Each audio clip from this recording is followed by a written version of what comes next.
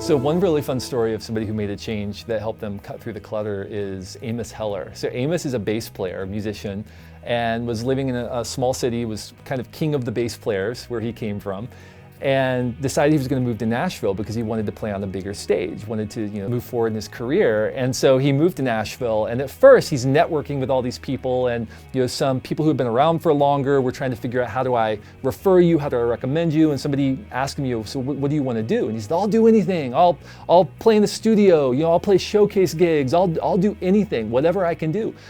And the guy said, that's not helpful to me. That's not helpful. You have to decide. You have to tell me what you want to do, because I don't know how to refer you to other people if you don't tell me what you want to do. And so Amos said, all right, I want to be on a bus going up and down the road playing with people, right? That's what I want to be, touring with an artist. He said, great, artist gig. That's your thing. So from now on, when people ask you what you want to do, you say artist gig.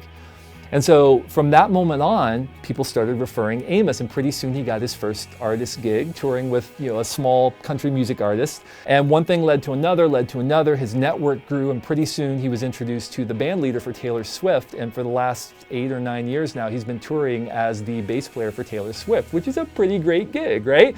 But that all began with him making a decision about where he wanted his work to take him. And I think so often we're afraid to make decisions because we're afraid we're going to miss out on something. To decide means to cut off. That's what decision means. That's the root of it. And so if we want to be successful, if we want to pursue a meaningful, contributive path with our work, at some point we have to make a decision and say, these are all viable options, but this is the one I'm going to commit to. And the people who commit are the people who ultimately build brilliant bodies of work, and those that we point to and say, wow, that's amazing. But the first step is always to decide.